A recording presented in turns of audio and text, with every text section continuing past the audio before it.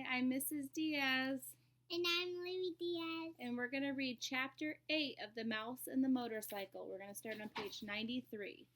Chapter 8 is called A Family Reunion. The next thing Ralph knew, his mother was shaking him by the shoulder.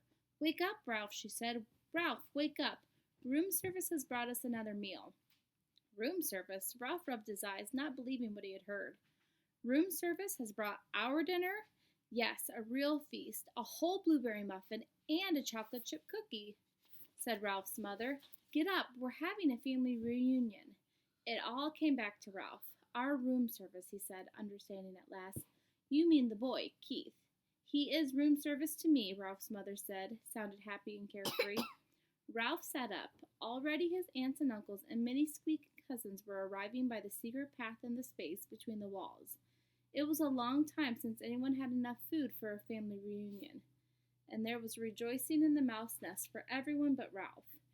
He was thinking of the motorcycle that he had lost and the promise he had broken. He had a dull, heavy feeling in the pit of his stomach that he did not feel like celebrating. "Why, there's Ralph," squeaked Aunt Sissy, who thought that she was better than the rest of the family because she lived in a bridal suite where, she led her relatives to believe, riches of rice fell to the carpet when the bride took off her hat and the groom shook out his coat.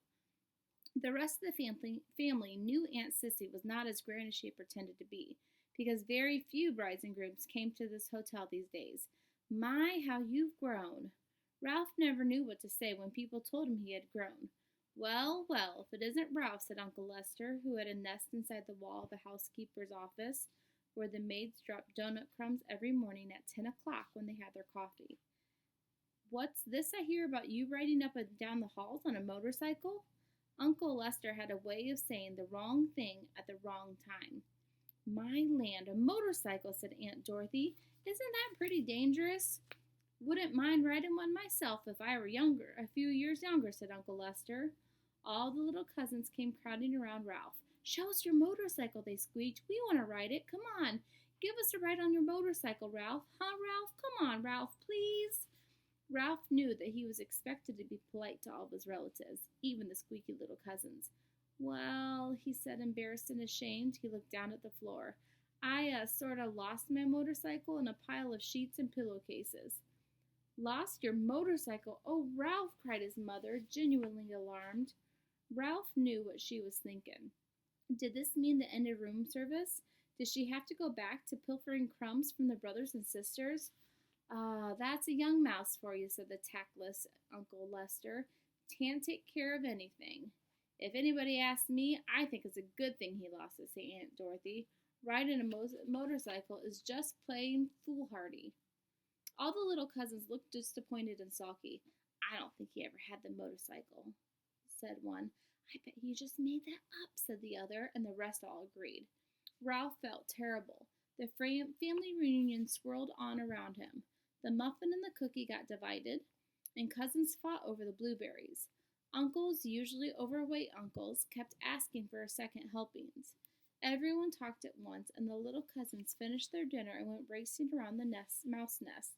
The uncles and aunts raised their voices to be heard about the racket that the children made. Suddenly, there came from the knothole a noise that drowned out the squeaks and the squeals of young mice at play. "Shh!" Not a mouse moved. They looked at one another, too terrified to speak. "Psst! Hey, Ralph! Come on out," whispered Keith to the entrance of the mouse nest. Ralph's mother gave him a quick little shove, but no one spoke. With heavy feet, Ralph walked to the knothole, but he did not go out into room 215.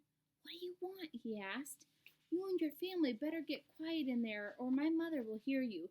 You know how she is about mice," said Keith. "I don't know why people say things are as quiet as a mouse. You sound pretty noisy bunch to me." Behind Ralph, his relatives began to tiptoe quietly to their own homes, leaving his mother to do all the cleaning up. "Did you have a nice picnic?" Ralph asked, dreading what he must tell that boy. "Yes, we saw an old mining town and a real jail with bars on the window." Keith reached into his pocket and pulled out something curved and hard, with a white rubber band fastened to the piece of Scotch tape. "I brought you a present," he said. "Come on out, Ralph." Puzzled and curious, Ralph squeezed into the knothole. "What is it?" he asked. Whatever the object was, he had never seen anything like it. "It's a half of a ping pong ball. I found it down in the game room," said Keith. "So I padded the inside with thistledown and anchored the rubber band at the top with Scotch tape." "What for?" Ralph said. He didn't quite understand. "It's a crash helmet for you," Keith said, and he set down half the ping pong ball on Ralph's head and slipped the rubber band carefully around his whiskers until it rested under his chin. "There, that's just right.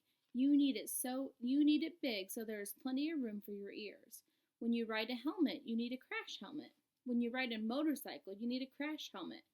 Ralph peered at Keith from under his new crash helmet, which rested lightly on his head. He knew he looked every inch of a motorcycle racer, but he never in his whole life had felt so ashamed. He longed to crawl out off into his hole and never face Keith again, but his conscience, which he didn't know he had until now, would not let him. There was nothing to do but stand there in his fine new crash helmet and confess.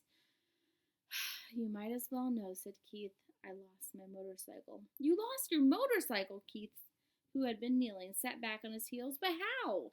"I rode it by mistake into the pillowcase in a heap of linen on the floor, and it got dumped into the laundry hamper," confessed Ralph. "You rode it into a pillowcase?" repeated Keith. "But you weren't supposed to ride it in the daytime. You promised." "I know," Ralph agreed miserably. "I didn't exactly mean to ride it." "Well, you see, the maid was vacuuming under the bed, and Ralph began and stopped. "Oh, what's the use? I rode it, and I lost it, and it's probably gone to the laundry by now, and I'm sorry." The boy and the mouse were silent. Both were thinking of the little motorcycle with its clean lines and a pair of shiny chromium exhaust pipe. "That motorcycle was my most favorite of all of my cars," said Keith. "I saved my allowance, and I bought it myself." Ralph hung his head in his crash helmet. There was nothing more to say. It was a terrible thing that he had done. "I guess I should have known you weren't old enough to be trusted with a motorcycle," said Keith. The boy could not have said anything that would have hurt Ralph more. Thanks for reading with us. I hope you have a good night.